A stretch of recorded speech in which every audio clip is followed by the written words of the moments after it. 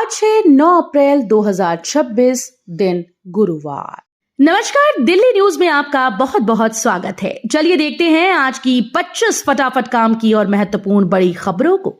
पर इससे पहले वीडियो को लाइक करना बिल्कुल न भूलें।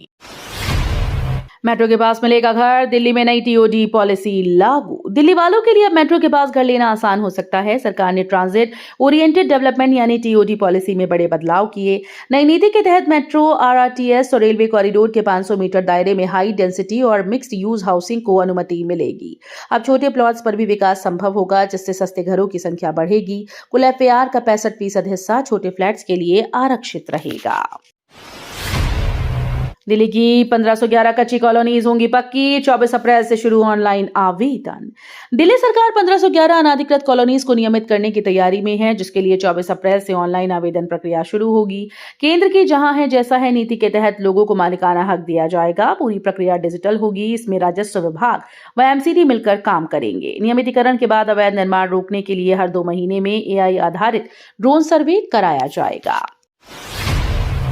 दिल्ली को जाम से राहत का मेगा प्लान। सरदार पटेल मार्ग होगा सिग्नल फ्री। दिल्ली में ट्रैफिक जाम से राहत देने के लिए बड़ा मेगा प्लान तैयार किया गया। सरदार पटेल मार्ग और वंदे मातरम मार्ग को सिग्नल फ्री बनाने के लिए ताल कटोरा से धौला कुआं तक टनल या एलिवेटेड रोड बनाने का प्रस्ताव भेजा गया। ये रास्ता एयरपोर्ट और गुरुग्राम जाने वाला अहम कॉरिडोर है, जहां वीवीआईपी मूवमेंट के कारण अक्सर जाम लग जाता है। योजना लागू होने पर 20 से 25 मिनट का सफर सिर्फ 5 से 6 मिनट में पूरा होगा। बाढ़ के बाद फिर खिल उठा वासुदेव घाट पार्क। सीएम और एलजी ने किया निरीक्षण। यमुना में आई बाढ़ से तबाह हुआ वासुदेव घाट पार्क अब फिर से हरियाली और खूबसूरती के साथ तैयार है।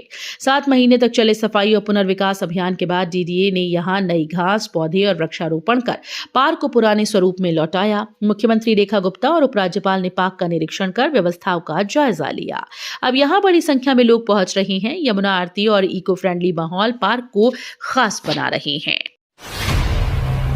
दिल्ली में शुरू हुआ नया बस रूट 270। केंद्रीय सचिवालय ने करावल नगर तक सीधी कनेक्टिविटी। दिल्ली परिवहन निगम ने यात्रियों की सुविधा के लिए नया बस रूट नंबर 270 शुरू किया, जो केंद्रीय सचिवालय से करावल नगर तक चलेगा। इस रूट से पूर्वी और उत्तर पूर्वी दिल्ली के कई रिहायशी इलाकों को मध्य दिल्ली और प्रमुख मेट्रो स्टेशन से सीधी कनेक्टिविटी मिलेगी। Buses Dayalpur, Mustafabad, Bhajanpura, Kashmiri gate, IT और मंडी हाउस जैसे अहम स्थानों से होकर गुजरेंगी। फिलहाल इसे ट्रायल आधार पर शुरू किया गया है। सीएम रेखा गुप्ता का जीएसटी कार्यालय पर छापा। लापरवाह कर्मचारियों पर सख्ती। दिल्ली के मुख्यमंत्री रेखा गुप्ता ने आईटीओ स्थित स्टेट जीएसटी कार्यालय का औचक निरीक्षण कर प्रशासनिक लापरवाही पर कड़ा रुख अपनाया। सुबह पहुंचे निरीक्षण के दौरान कई अधिकारी और कर्मचारी अपनी सीटों से नदारद मिले, जिससे मुख्यमंत्री ने नाराजगी जताई। अव्यवस्थित व्यवस्था और लंबित फाइलों पर भी अधिकारियों को फटकार लगाई।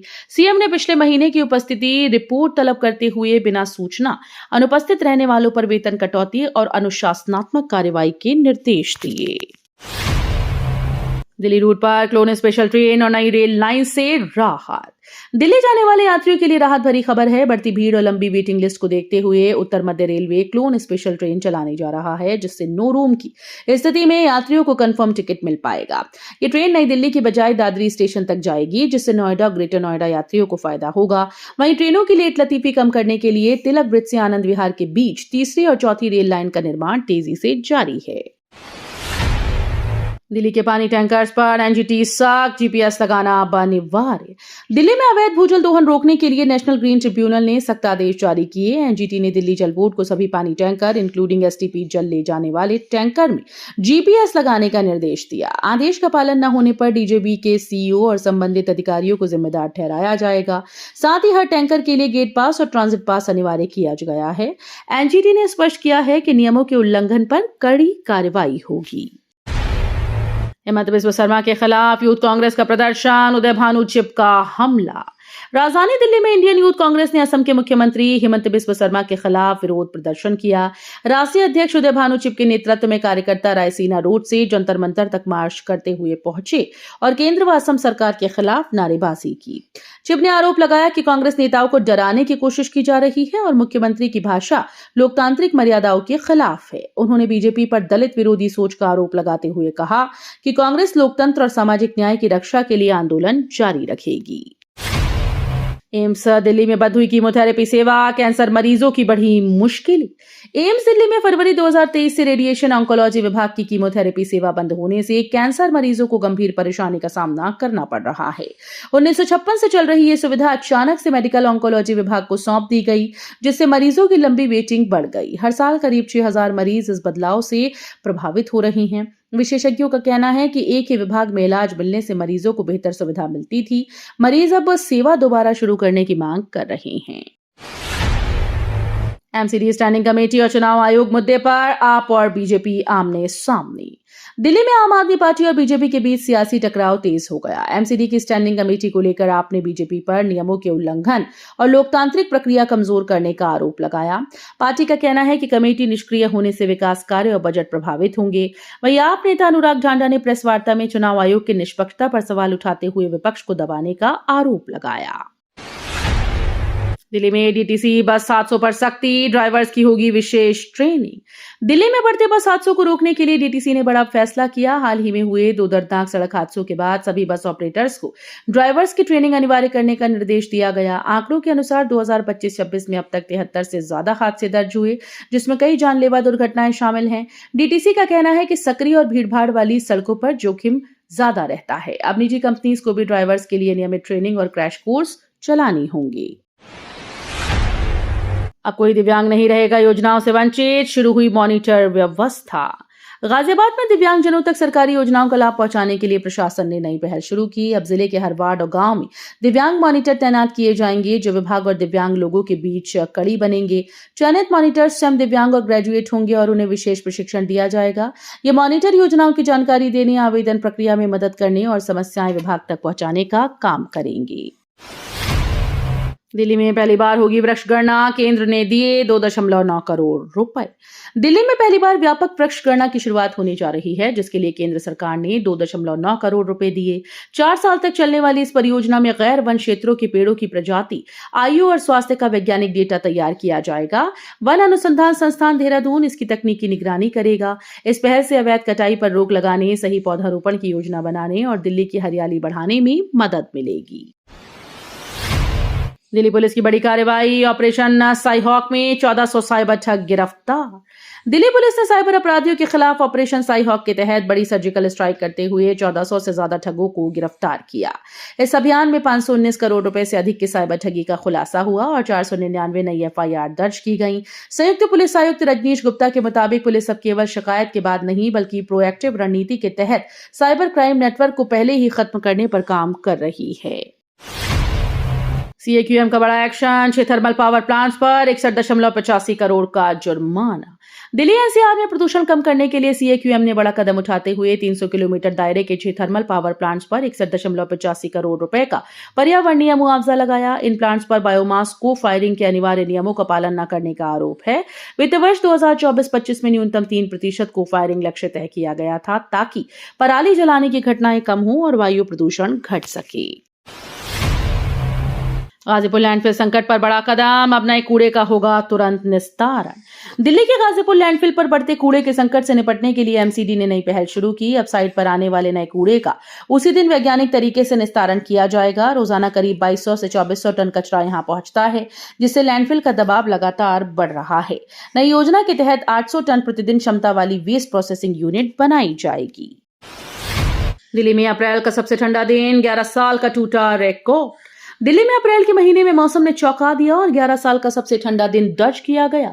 बादल, तेज हवा और हल्की बारिश से तापमान सामान्य से काफी नीचे पहुंच गया। पालम में अधिकतम तापमान 27.2 डिग्री रहा, जो सामान्य से 8 डिग्री कम है। सफदरजंग में 24 घंटे में 6.4 मिलीमीटर बारिश रिकॉर्ड की गई। मौसम विभाग के अनुसार पश्चिमी विक्षोभ के कारण ये बदलाव देखने को मिला। हालांकि आज से मौसम साफ होने के साथ तापमान में धीरे धीरे बढ़ोतरी की संभावना है। 15 साल बाद रफ्तार पकड़ेगा दिल्ली का ईस्ट वेस्ट कॉरिडोर। दिल्ली की बहुप्रतीक्षित ईस्ट वेस्ट कॉरिडोर परियोजना अब जल्द रफ्तार पकड़ सकती है। दिल्ली सरकार इस 39 किलोमीटर लंबे सिग्नल फ्री कॉरिडोर को एनएचएआई को सौंपने पर विचार कर रही है, ताकि फंड की समस्या दूर हो और 15 साल से लंबित काम शुरू हो सके। आनंद विहार से हरियाणा बॉर्डर तक बनने वाला ये 6 लेन कॉरिडोर राजधानी के ट्रैफिक दबाव को कम करेगा। पहले चरण में आनंद विहार से नई दिल्ली रेलवे स्टेशन का निर्माण होगा, जिस पर करीब 6000 करोड़ रुपए खर्च होने का अनुमान है। दिल्ली में प्रवासी श्रमिकों को राहत, 5 किलो एलपीजी सिलेंडर की उपलब्धता दुगनी। दिल्ली में रसोई गैस संकट से जूझ रहे प्रवासी श्रमिकों को बड़ी राहत मिली। सरकार ने 5 kilo free trade LPG cylinder की उपलब्धता दुगनी कर दी। अब रोजाना 684 की जगह 1368 सिलेंडर उपलब्ध कराए जाएंगे। गैस कनेक्शन न होने के कारण छोटे सिलेंडर पर निर्भर मजदूरों को राहत देने के लिए ये फैसला लिया गया। जिला प्रशासन श्रमिक बहुल इलाकों में विशेष कैंप लगाएगा, जहां आधार कार्ड दिखाकर सिलेंडर लिया जा सकेगा। इसरो का बड़ा प्लान, इंसान भेजने से पहले 3 अनक्रूड मिशन। भारत के महत्वाकांक्षी गगनयान मिशन को लेकर इसरो ने बड़ा अपडेट दिया। बेंगलुरु में आयोजित एक सम्मेलन में इसरो चेयरमैन वी नारायणन ने बताया कि अंतरिक्ष में इंसानों को भेजने से पहले 3 अनक्रूड यानी बिना चालक दल वाले मिशन न किए जाएंगे। मिशन की सुरक्षा सुनिश्चित करने के लिए ह्यूमन रेटिंग और क्रू एस्केप सिस्टम जैसी तकनीकों पर विशेष ध्यान दिया जा रहा है। फिलहाल पहले अनक्रूड मिशन की तैयारियां जारी हैं। अरुण जेटली स्टेडियम के बाहर लावारिस बैग से मचा हड़कंप। दिल्ली के अरुण जेटली स्टेडियम के बाहर मैच के दौरान लावारिस बैग मिलने से अफरा तफरी मच गई। दिल्ली मेट्रो स्टेशन के गेट नंबर 5 और स्टेडियम के एंट्री गेट 16-17 के पास संदिग्ध बैग देखे जाने पर सुरक्षा एजेंसीज तुरंत अलर्ट हो गईं। दिल्ली कैपिटल्स और गुजरात टाइटंस के मैच के बीच पुलिस ने इलाके को घेरकर जांच की। तलाशी में बैग से केवल कपड़े बरामद हुए और इसे मानवीय भूल बताया गया। दिल्ली विधानसभा में सुरक्षा में बड़ी चूक, कार घुसने से मचा हड़कंप। दिल्ली विधानसभा में 6 अप्रैल को सुरक्षा में बड़ी चूक सामने आई, जब एक शख्स कार से गेट नंबर 2 तोड़कर परिसर में घुस गया। आरोपी सरबजीत सिंह फूलों का गुलदस्ता स्पीकर की गाड़ी के पास रखकर फरार हो गया, जिसे बाद में पुलिस ने गिरफ्तार कर लिया। पूछताछ में आरोपी ने बताया कि उसने अपने लापता भांजे के मामले पर ध्यान खींचने के लिए कदम उठाया। वहीं भाजपा विधायक तरविंदर सिंह मारवाह ने विपक्ष पर गंभीर आरोप लगाए। घटना के बाद सुरक्षा व्यवस्था पर सवाल खड़े हो गए। बंगाल में वोटर लिस्ट पर विवाद, योगेंद्र यादव ने लगाए गंभीर आरोप। पश्चिम बंगाल में मतदाता सूची से नाम हटाने के मुद्दे पर राजनीतिक विवाद तेज हो गया। सामाजिक कार्यकर्ता योगेंद्र यादव ने आरोप लगाया कि करीब 27 लाख नाम टारगेटेड तरीके से हटाए गए, जिससे चुनाव परिणाम प्रभावित हो सकते हैं। उनका दावा है कि ये सामान्य प्रक्रिया नहीं, बल्कि विपक्षी वोटर्स को कमजोर करने की रणनीति है। यादव ने चुनाव आयोग की कार्यप्रणाली पर भी सवाल उठाए और सुप्रीम कोर्ट के रुख पर निराशा जताई। रिमोट एक्सेस से हैक हो रही थी परीक्षाएं, मास्टरमाइंड गिरफ्तार। दिल्ली के द्वारका में पुलिस ने ऑनलाइन परीक्षाओं में नकल कराने वाले हाईटेक रैकेट का पर्दाफाश किया। गिरोह रिमोट एक्सेस सॉफ्टवेयर के जरिए परीक्षा सिस्टम को हैक कर असली उम्मीदवार की जगह सॉल्वर से पेपर हल करवाता था। पुलिस ने मुख्य आरोपी हर्षवर्धन को गिरफ्तार किया, जबकि मौके से 32 छात्रों को हिरासत में लेकर पूछताछ जारी है। सेक्टर 23 स्थित एक बिल्डिंग में संदिग्ध गतिविधियों की सूचना पर छापेमारी की गई। पुलिस अब गिरोह के नेटवर्क और अन्य आरोपियों की तलाश में जुटी है। तो ये थी आज की बड़ी खबरें। रोजाना ऐसे ही सबसे पहले अपडेट पाने के लिए चैनल को सब्सक्राइब करना बिल्कुल न भूलें। धन्यवाद।